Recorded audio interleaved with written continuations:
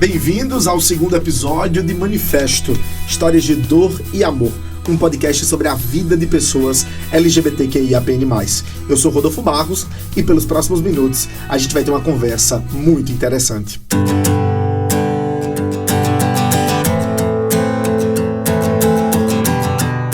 Antes de explorarmos as histórias individuais que definem este manifesto, é importante responder a uma pergunta. O que exatamente significa essa sigla e por que ela é tão necessária?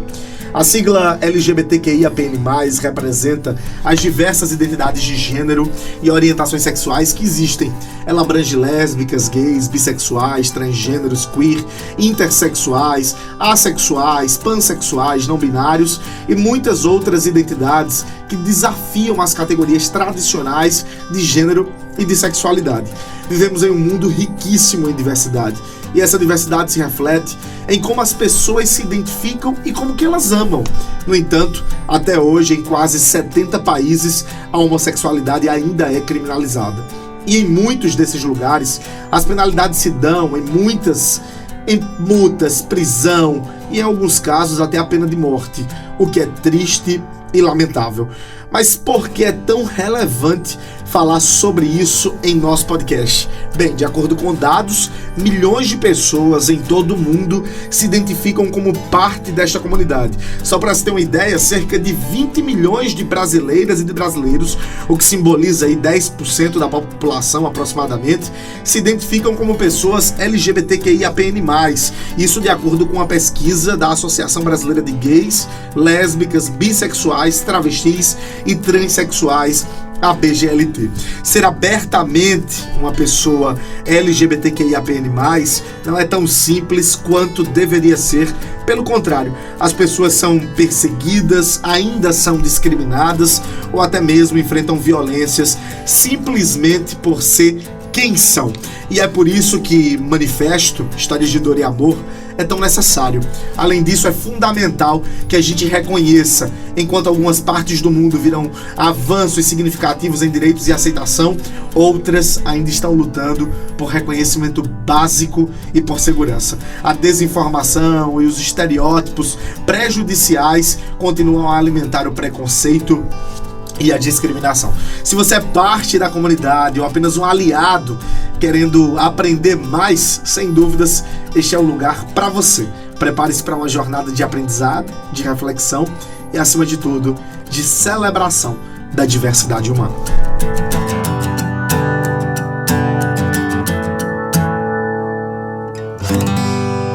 Agora sim, meu entrevistado, abrindo essa sequência de série de entrevistas nesse podcast que é fantástico, sem dúvidas, que ajuda a entender esse universo de dor, de amor. É um cara que tem por nome Douglas Stallone dos Santos França. Ele é filho da Maria de Vaci, do José Doralingo. Acho que eu tô falando certo. Tem uma irmã por nome Damares, é formada em comunicação social, com habilitação em relações públicas e também em jornalismo pela Universidade Federal de Alagoas. Já trabalhou com web jornalismo, assessoria de comunicação, mas a TV é sem dúvidas a área que ele atua há mais tempo e talvez a sua maior paixão. Na TV Gazeta já fez matérias, que é afiliada da Globo, né? Para todos os telejornais locais e nacionais. O cara é importante. Tem lá no currículo dele o Hora 1, o Bom Dia Brasil, o Jornal Hoje, o Jornal Nacional, o Jornal da Globo e até o Fantástico. Além de matérias para o Globo Rural e participações no programa Encontro e Mais Você. Ele que teve uma participação especial com a Ana Maria Braga e eu assisti isso ao vivo. Ele é natural de Penedo, mas está aqui na bancada desse podcast para a gente conversar muito. Seja bem-vindo, carinhosamente chamado de Douglas. É meu amigo, um irmão muito querido, muito especial. Se é irmão do Rafa, é meu irmão, né? Seja bem-vindo, Douglas. Com certeza, muito obrigado. Rapaz, que abertura maravilhosa. Você tá vendo, né? Me preparei, né? É muito, me senti extremamente lisonjeado, obviamente, pelo convite também. Eu te considero já esse irmãozão, assim, foi um presente que Rafa trouxe também para minha vida. E muito feliz de estar aqui participando desse projeto tão especial e tão necessário. Rodolfo, parabéns pela iniciativa e por mais projetos e por mais conversas, por mais debates como esse aqui que a gente vai ter agora. Que massa, irmão. Como é bom ter você aqui, Douglas. Eu que agradeço demais, estou muito feliz. Eu estou me sentindo como na sala da nossa casa, da sua, da minha, a gente conversando, batendo papo. E essa é a ideia. Na mesa de um bar, conversando besteira. Exatamente, essa é a ideia. Na praia, né? A gente na praia. Amigo, eu quero começar lhe perguntando sobre o passado, né? Eu conheço a tua história há pouco tempo, mas já sou encantado pelo que o Rafa conta, pelas experiências que vocês viveram, né? Anos atrás, na vanguarda, na verdade, desse movimento que hoje tem tomado proporções gigantescas, mas que não deixou de trazer dor para nossa vida em muitos momentos, né? Eu falo isso mesmo sendo alguém que começou a lidar diretamente com isso há pouquíssimo tempo, de forma aberta, contando para a família, conversando com as pessoas que ama, mas eu sei que você, que outras pessoas tantas, têm uma história de vida. Então conta um pouquinho desse passado que talvez pouca gente conheça, Douglas, talvez mais sua família, seus amigos, enfim, mas desse Douglas que viveu uma vida muito parecida com a minha, religiosa, né? Mas que se encontrou em algum momento. E que momento foi esse? Sim, amigo. Eu venho de uma geração onde não existia referências, né? Existiam pouquíssimas e não se tinha acesso à informação, não se conversava sobre. Então era um período muito mais difícil, né? Onde o preconceito ele era instaurado de uma maneira muito ainda mais violenta, agressiva, né? Agressiva e mais latente mesmo. Sim. Né? Onde você ser o que você era motivo suficiente para você ser chacota, né? A gente tem caminhado e tem desbaratinado comportamentos como esse que eram normalizados lá atrás. Então eu fui uma criança, nasci no interior, como você falou, nasci em Penedo. Sim.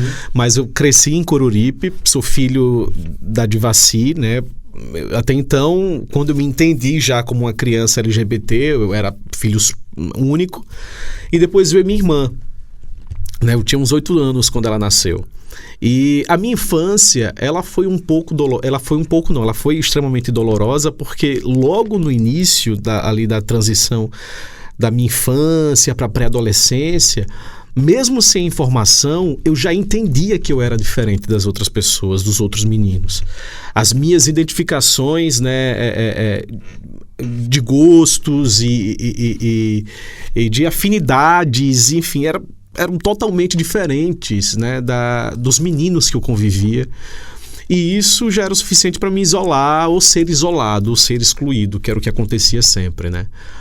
Eu tinha um jeito, e por gostar de coisas mais específicas, né, não tão masculinas, digamos assim. Sim.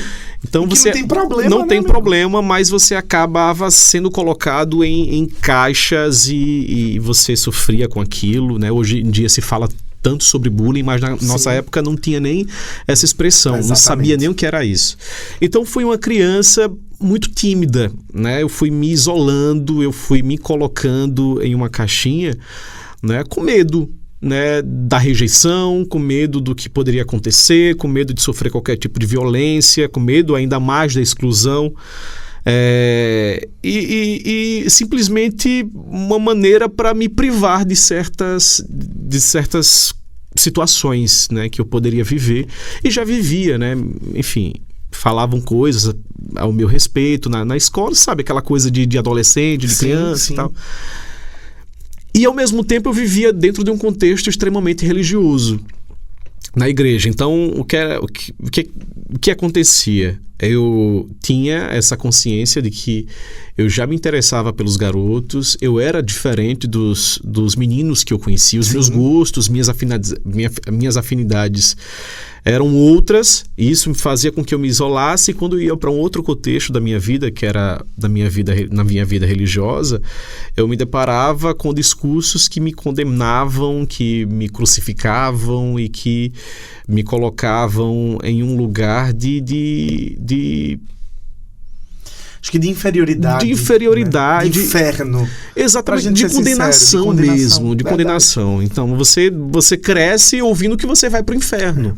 Né? Que os seus sentimentos, que os seus afetos, que os seus ideais, que tudo aquilo que você é enquanto... Que o ser humano bom, o cara honesto, verdadeiro, exatamente, não nada, vale. Isso aí é deixado de lado, assim. Sim. O que importa é aquilo que você é para as pessoas, né?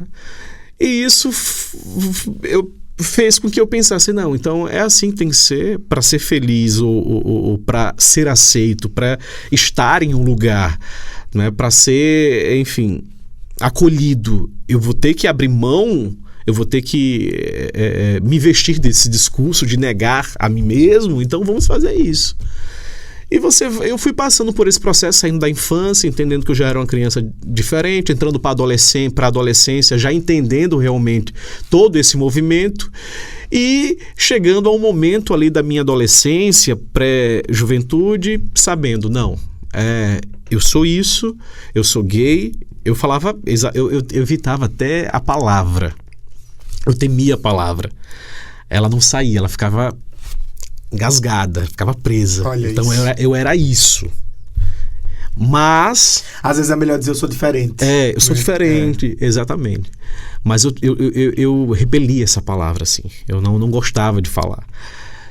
Então, quando eu entendi que, para mim, o que restava era apenas aceitar esse meu caminho, essa estrada que pavimentaram para mim e disseram, é por aqui que você tem que ir, ponto, acabou, então é por aqui que eu vou seguir.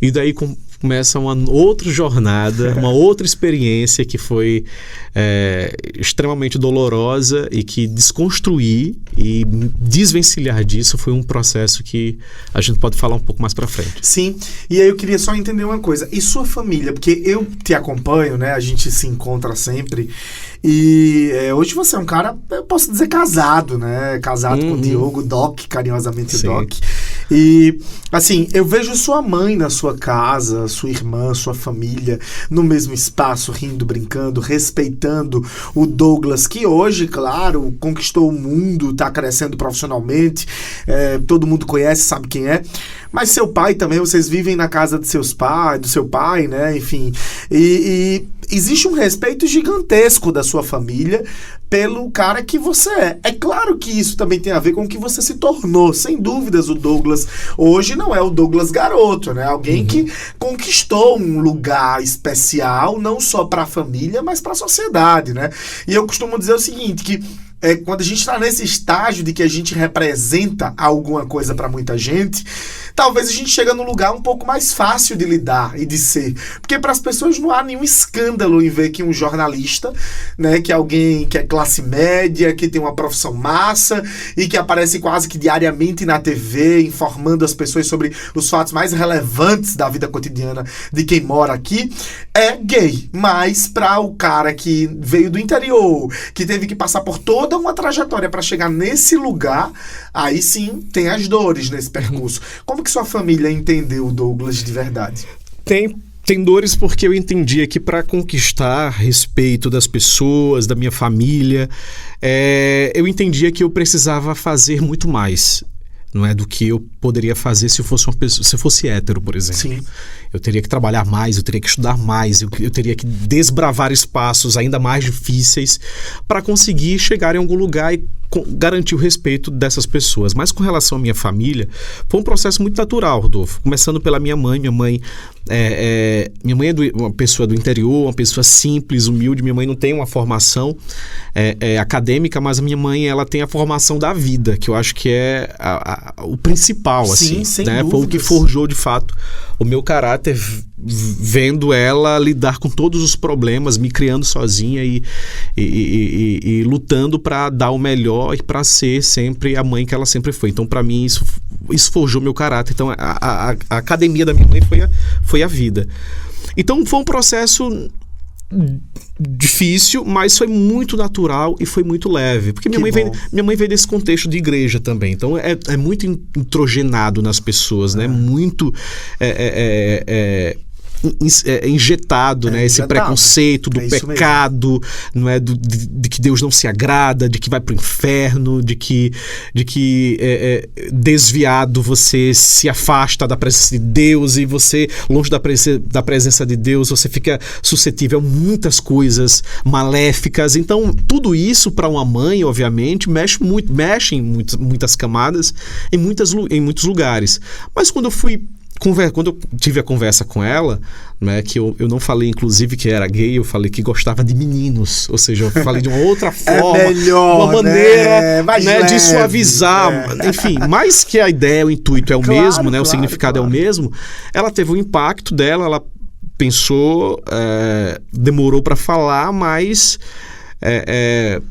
dentro daquele momento ali, ela quis entender aonde eu queria chegar. Talvez ela achasse, será que ele quer adotar um estilo de vida diferente? Não, e na verdade eu só queria falar dos meus afetos, né? De quem eu era de verdade, né? Que eu não precisava mais ficar mentindo, inventando história de namoradinha, ou ficando extremamente desconfortável quando eu chegava em algum lugar e essa pergunta era colocada em mesa, assim, cadê sua namorada? Tá namorando? Enfim, aquelas coisinhas. Essa cobrança, né, que pra muita gente é besteira, é nada, mas pra gente pesa muito, é como se fosse uma bomba. Verdade. Uma pedrada, né, extremamente constrangedor. Nunca façam isso, né, nunca façam isso, você que tá ouvindo a gente aí agora. É muito difícil mesmo. Então, minha mãe, ela foi entendendo aos poucos e eu fui tendo essa paciência com ela, explicando e conversando, mas no momento ela teve uma postura agressiva ou violenta em palavras, ou ela preferiu calar e me ouvir falar. E foi um processo muito lindo, assim, a gente se deu as mãos, nós sempre fomos amigos e seguimos. Só que existe um paralelo. Uma coisa era minha mãe saber da minha orientação sexual. Sim. Outro momento seria, né, assim, era imaginar como é que vai ser esse momento quando eu apresentasse alguém para ela, né, que é uma outra situação. É uma outra experiência. É outra experiência, tanto é que, sei lá, eu nunca... A primeira pessoa que eu apresentei para minha família, para minha mãe, foi o Diogo, né? E, tipo, o Diogo entrou na vida da minha mãe, sei lá, 6, 7 anos depois de eu ter tido essa conversa com ela. Sim. Então foi um tempo, né, de amadurecimento, né, de entender realmente como é que eu era. E foi nesse momento que algumas coisas começaram a acontecer na minha vida profissionalmente. Então, assim, ela foi percebendo, não, ele tá conquistando os espaços, ele não perdeu o foco, ele não perdeu os sonhos, ele continua com os objetivos, porque aquela mente, o preconceito, né, de achar que você se assumir gay, você vai estar associado a você fazer coisas que para essas pessoas são inapropriadas, e não é, isso é puro preconceito, desinformação e ignorância. E minha mãe vinha desse contexto, então ela foi entendendo que na medida que as coisas iam acontecendo na minha vida, eu fui me empoderando e se orgulhando de mim, né? Eu fui nutrindo esse orgulho de mim, né?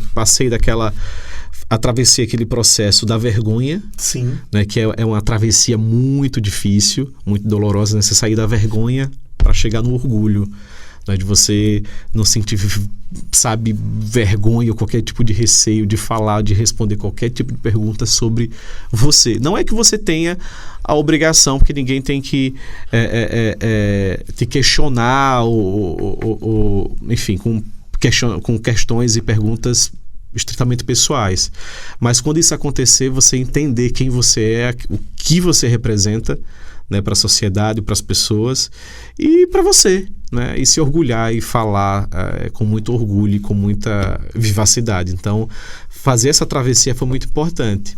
E foi quando as coisas começaram a acontecer na minha vida profissional, que a gente vai se empoderando, que a gente vai e vivendo, né? Se experimentando e se permitindo, né? Amando, né? Amando a vida, que é o mais importante. Amando, se amando e isso sem refletindo, dúvidas, sem né? dúvidas. Ao redor, é muito importante. Como é bom ouvir essa história, Douglas, porque eu acho que as histórias da maioria de nós, de gente como eu, como você, elas se parecem em algum momento, né? Esse processo de perceber o que se é, ter vergonha de ser, depois ter coragem de enfrentar e orgulho, né? Como você bem disse, a travessia, né? Até chegar a esse orgulho, há um processo gigantesco. Sim. Talvez comigo aconteceu de uma maneira mais rápida, mas pelo tempo, né? A gente hoje tem aí o acesso à informação de uma maneira mais rápida, tudo é muito mais rápido, né? A gente se convence mais rápido. Existem as referências hoje em dia, né? Exatamente. Você olha para pessoas que são ícones no país e que são gays, né?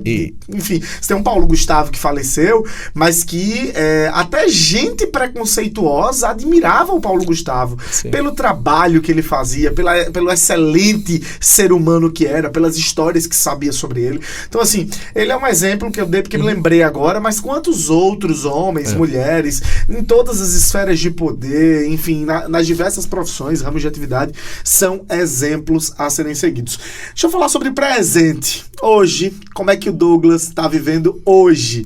Douglas está quase casado, Douglas está feliz, Douglas está num momento profissional talvez brilhante também, né? Vivendo a realização de sonhos. Então conta um pouquinho do Douglas hoje.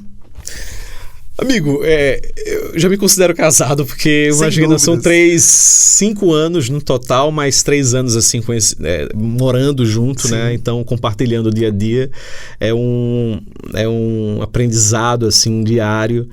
E fantástico, é uma jornada incrível, não é fácil, mas muito prazerosa quando se quer de verdade, né? A gente sabe que isso é uma via de mão dupla, né? Eu e o Diogo nos demos as mãos e a gente segue aí nesse trem, como a gente costuma falar, e não, por enquanto, a gente não quer descer. Então, que a viagem continue. Essa viagem continue. Que legal. Mas está sendo... É um momento muito especial, assim, porque você sabe que a nossa vida afetiva, obviamente que isso não é regra, né? Cada um lida com isso de uma forma, não é? Mas, assim, a minha vida afetiva, ela sempre foi uma área muito importante, muito negligenciada por mim. Porque eu achei que por muito tempo que não fosse capaz de encontrar alguém para compartilhar a minha vida, que alguém que pudesse me amar como eu sou, de verdade, como eu sou, sem máscara, sem luz, sem microfone na mão, sabe? Longe de qualquer tipo de holofote, dos olhares das pessoas. Eu sempre achei que não era digno disso. É isso fruto de um período muito, muito difícil, né? Onde foi introjetada muita coisa na cabeça da gente. A religiosidade, ela faz também isso, né? Mal usada, mal feita. Então, eu venho desse lugar, assim, de não acreditar que viver isso poderia ser possível. E é possível, e eu estou vivendo, estou muito feliz. E o Douglas agora, espero continuar desconstruindo muitas outras coisas, quebrando muitos outros tabus dentro de mim e continuar estudando, né, me conhecendo. E eu acho que um dos maiores desejos que eu tenho, Rodolfo, é poder ajudar outros jovens, outras pessoas LGBTs que, assim como eu e assim como você, estiveram preso em algum lugar ou em alguma situação, e essa situação e esse lugar fizeram que ela pensasse que eu já pensei, né? Que não era digno de amar, que não merecia ser feliz. Então, eu acho que conversas como essa é muito importante, né? Porque a gente está falando de representatividade, você citou Paulo Gustavo, então é muito importante você olhar para alguém e você imaginar, é possível para mim também. Na minha geração, anos 90, ser gay era motivo de chacota na TV. Era para você rir, era para você apontar, era para você zombar, né? Hoje as coisas caminharam e as coisas são diferentes, assim. É muito legal ver pessoas mais jovens, né? Ou então adultos também, né? Que se descobriram de maneira tardia, olhando para a gente e ver, é corajoso. Eu acho que se Rodolfo conseguiu chegar em tal lugar, eu posso conseguir também sendo quem eu sou e tendo orgulho de quem eu sou. Assim como o Douglas conseguiu também, eu também posso. E daí espero continuar de alguma forma ajudando, né, essas pessoas, estudando para isso e continuar exercendo o jornalismo, que é a minha paixão. Eu adoro televisão, eu nasci para ser repórter. Eu lembro que minha mãe dizia que a minha brincadeira favorita era pegar escova de cabelo e fazer de microfone e imitar a Glória Maria e outros repórteres que andavam pelo mundo cobrindo guerra e conhecendo lugares. Então, hoje eu tenho o privilégio de fazer o que eu amo, né, de exercer o ofício que eu sempre desejei, e é isso. E na sua profissão, especialmente também, que é a minha, a gente tem muitas referências de pessoas da comunidade LGBTQIAPN+, sim. que tem um destaque, uma relevância para o telejornalismo fantástica. Muito, né? Isso é muito importante, porque abre muitas portas e nos colocam em locais assim, realmente de referência, né? De exemplos, e é muito importante, tem muita gente bacana, Pedro Figueiredo, Eric Rianelli, a galera da nova geração, né? Alguns repórteres que têm se vestido desse orgulho, têm levado também para frente da telinha, falando, apresentando seus amores, seus relacionamentos. Isso é muito bacana. E que bom ver, né, que uma mídia, um veículo que sempre foi tão engessado, né, que sempre foi tão cheio de mecanismos, e vê hoje em dia cada vez mais sendo desconstruído. Vezes escondia a realidade. Exatamente. Talvez até pela própria ignorância dos tempos que de alguma maneira colocava isso como regra, né? De achar que o seu caráter está totalmente, e a sua competência está totalmente associada à sua sexualidade. Não é isso. Não. Né? Até acho que gente como a gente é mais criativa. Eu também concordo. Douglas, deixa eu te fazer uma pergunta que eu acho que é necessário fazer para todo mundo que, como a gente, tem esperança em dias melhores. Como que você vê o futuro? Não o futuro do Douglas apenas, mas o futuro da vida humana, né? Da espécie humana, que talvez nós vivemos momentos muito tenebrosos, né, como se ainda em períodos, né, coloniais, né, de uma cultura que talvez de forma enraizada maltratou muito gente como a gente, e que nos dias atuais, isso é muito comum ainda, muito comum, né? E os meios de comunicação, a internet, as mídias digitais evidenciam o quanto que ainda há preconceito e violência e coisas terríveis. Mas que também a gente percebe a coragem de muita gente de enfrentar essas pessoas que disseminam ódio e violência contra gente como a gente. Eu falo sempre isso e vou continuar falando gente como a gente, porque eu tenho orgulho de ser o que eu sou e eu sei que você também tem orgulho de ser quem você é, né? Então, como que você vislumbra esse futuro de possibilidades, de inclusão, de respeito aos direitos humanos, a liberdade de ser quem se é e ser de verdade, de não precisar esconder, né? E que, é claro que o tempo, a gente respeita o tempo de cada um teve o seu momento, né? Mas que as crianças de hoje, que os adolescentes de hoje, não sejam como fomos nós, que tínhamos medo de olhar para os nossos pais e dizer o que a gente sentia do fundo do coração, né? Então acho que tem um futuro que está nos aguardando e que eu espero que seja melhor do que o que é hoje, o presente, né? O que me anima, o que me deixa otimista é que essas crianças e esses adolescentes de hoje têm esses referenciais que a gente não teve, né? Pelo menos a minha geração. Mas, amigo, eu poderia estar mais otimista. Eu sou uma pessoa otimista. Eu acho que eu vislumbro um futuro mais pacífico, né? Por que eu digo isso? Porque existem crianças e adolescentes sendo educados por pessoas, por pais LGBTs, por famílias LGBTs, e essas crianças que não serão necessariamente LGBTs, porque tem pais ou mães LGBTs, elas vão realmente passar essa conscientização e esse legado, né, do não ao preconceito adiante. Mas eu acho, amigo, que o nosso futuro, como sempre foi, passa pela política.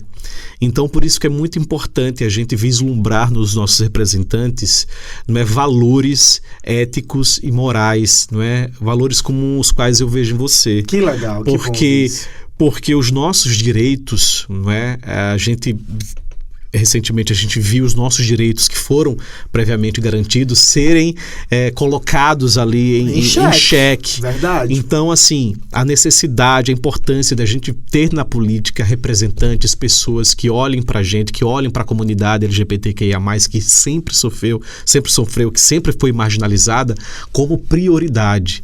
Entendeu?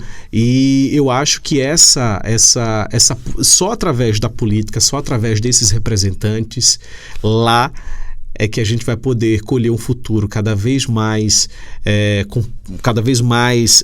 com possibilidades, com oportunidades, com ideias criativas, com inclusão, com respeito, porque tudo é política. Sem então, dúvidas. precisamos cada vez mais de políticas públicas que acolham, né, a membros da comunidade que ainda estão desassistidos.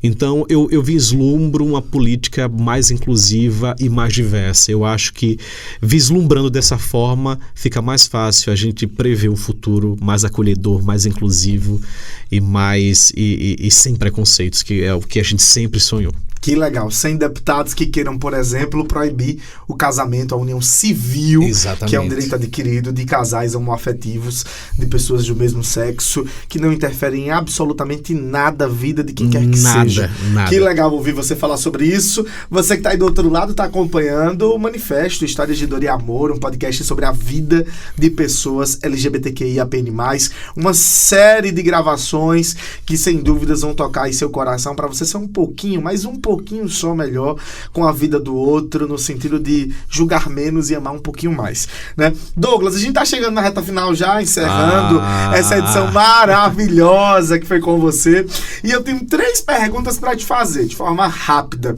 A primeira delas é: se você tivesse que escolher uma cor no arco-íris que a gente tem como símbolo do movimento LGBTQIAPN+, que cor representaria você, meu amigo, e por quê? Rapaz, eu acho que o azul. Porque o azul me remete ao mar, ao céu, sabe, a dias incríveis, a liberdade. Que lindo. Eu gosto do azul. Que massa, que massa. Azul, então, é a cor do Douglas, viu? Douglas, me diz uma coisa. Eu pergunto isso aqui, mas com uma responsabilidade gigantesca, porque eu tenho as minhas grandes dores. Se você tivesse que citar uma dor, que dor seria? A dor, amigo, eu acho, não, eu tenho certeza. Eu acho que a rejeição. Eu acho que a dor da rejeição é uma dor que reverbera para sempre. Você pode se curar daquela dor, mas você sempre vai se lembrar do quanto ela doeu. É verdade. Então, a dor da rejeição, por você ser apenas quem você é uma dor que não quero passar e nem quero que outras pessoas sintam. E é uma dor que, infelizmente, tem sido muito comum. Sempre. Ser rejeitado pelo Sempre. que a gente é de verdade. Sempre. Né? Sempre. E um amor. Se você tivesse que falar sobre um amor, que amor, meu amigo, seria esse? O amor que você quiser. Seja seu, pessoal, seja um amor em comunidade. Que amor? É muito abstrato, mas eu acho que é profundo também. Amigo, amor, pra mim, eu acho que é a gente se reconhecer, sabe? É eu me reconhecer em mim, eu me sentir pertencente. E através disso poder chegar ser canal para alguma coisa, sabe? Sim. Possa ajudar a algumas pessoas. Eu acho que amar é você se reconhecer, é você se sentir, é você se respeitar, porque quando isso brota de dentro para fora, sem querer parecer clichê, nem querer usar jargão aqui, mas é a mais pura verdade, eu acho que isso afeta como um todo, né? Eu acho que o seu relacionamento afetivo vai ser mais saudável com seus amigos, com seu familiar. Eu acho que o mais importante, né, sem querer também fazer um discurso egocêntrico, mas o mais importante aqui é o seu amor por você, porque é o que vai determinar onde você vai chegar. Que bom te receber nesse espaço. Eu que agradeço, pena que é tão pouco tempo, mas rapidinho, foi mas muito prazeroso e proveitoso. E eu não tenho dúvidas, Douglas, que vai reverberar, que pessoas vão ouvir isso e que a sua história certamente vai inspirar a pessoas como nós entenderem o quanto que elas são especiais e o quanto que ser o que a gente é não é motivo de vergonha, pelo contrário, é motivo de alegria, de conquistar o mundo se for possível, porque a gente é de verdade. Amigo, eu fico muito feliz. Se uma pessoa, que eu acredito que mais gente vai ser tocada, mas se uma já for tocada, para mim já vai ter valido muito a pena. E parabéns por essa iniciativa, obrigado, por esse espaço, por essa conversa, que é extremamente importante. Eu tenho certeza que vai gerar frutos lá na frente, né? Você está semeando aí nos ouvidos, na mente, nos corações de muitos ouvintes. Eu tenho certeza que isso vai germinar e vai gerar muita coisa boa lá na frente. Muito obrigado pelo convite. Muito obrigado, amigo. E sucesso, você merece muito. Valeu, Douglas. Em cada episódio a gente vai trazer um manifesto, né? E eu não poderia, Douglas, deixar de falar sobre aquilo que você disse em dado momento da nossa entrevista, que essa vida que a gente tem é como uma travessia que parte de um lugar de vergonha, de medo, para um lugar de coragem e de orgulho. Então, eu acho que o manifesto desse episódio é travessia da vergonha para o orgulho, e eu tenho muito orgulho de ser seu amigo e de estar compartilhando com tanta gente as nossas experiências, sejam elas de dor ou de amor, sejam elas de dor e de amor. Eu preciso dizer isso, porque certamente tem muita gente que está vivendo esse momento de vergonha hoje, de medo, de frustração, de violência, de preconceito, mas eu não tenho dúvidas que a própria história vai levar essas mesmas pessoas a um lugar de coragem, de orgulho, de alegria, compartilhar essa história com outras e outras tantas pessoas. Muito obrigado mesmo, de coração.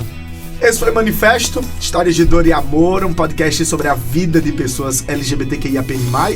Eu sou Rodolfo Barros, a produção é de minha autoria e a edição de som é do Jorge Martinho. Muito obrigado pela sua companhia. Valeu!